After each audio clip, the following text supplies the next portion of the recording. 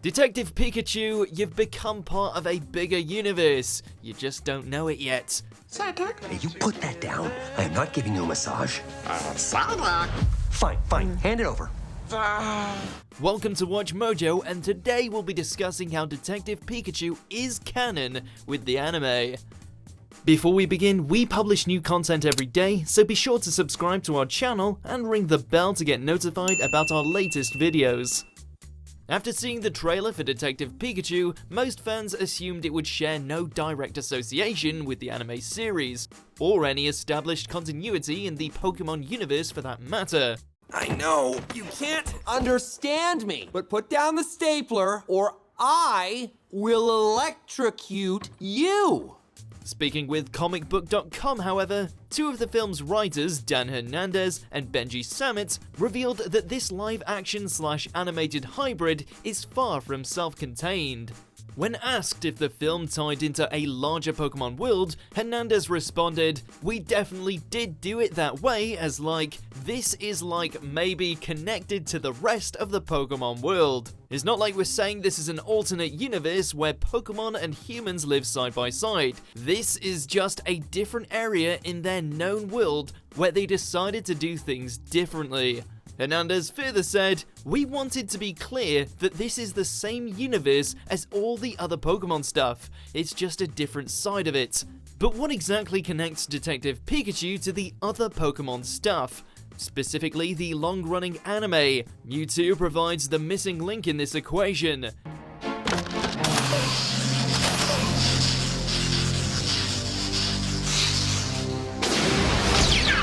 In the anime series, Mewtwo is forced against his will to team up with Team Rocket's leader Giovanni, who's also the gym leader of Viridian City in the Kanto region.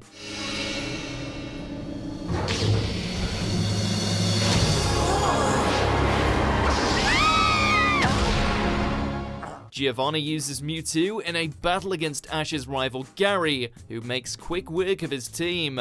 Don't waste your time. This is the ultimate Pokémon. It can never be defeated. Shortly after that confrontation, Mewtwo escapes from Giovanni's lair, setting the stage for Pokémon, the first movie. Hey, what's that? What was that thing? I don't know.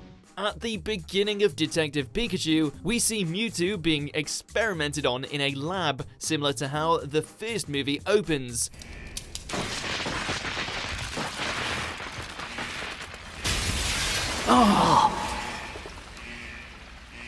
While searching for Tim Goodman's missing father, our heroes learn that Clifford Enterprises caught Mewtwo following its escape from the Kanto region 20 years prior. It's been nearly 2 decades since the first movie hit theaters, matching up the dates perfectly.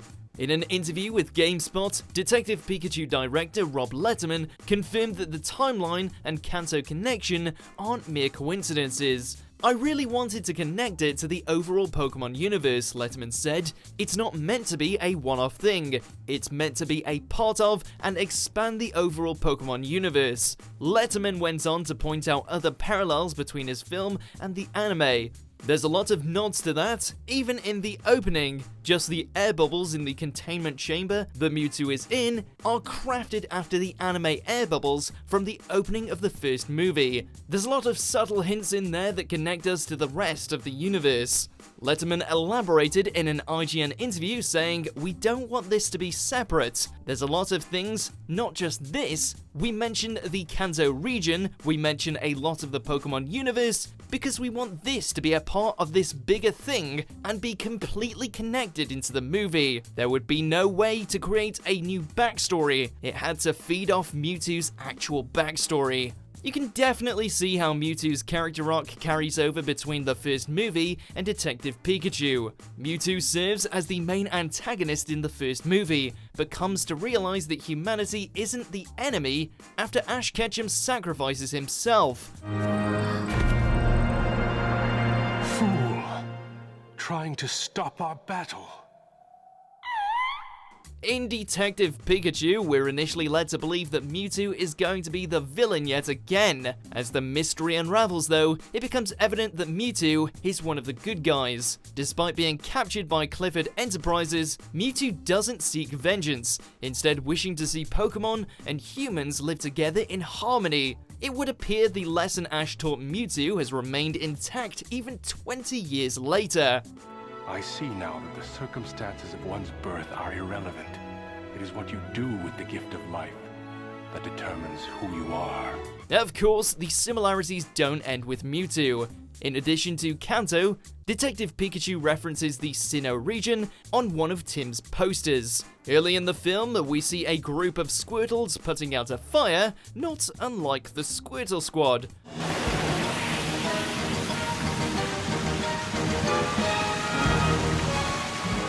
Just like in the anime, a singing Jigglypuff is annoyed when its song puts everyone to sleep at the Hi-Hat Cafe.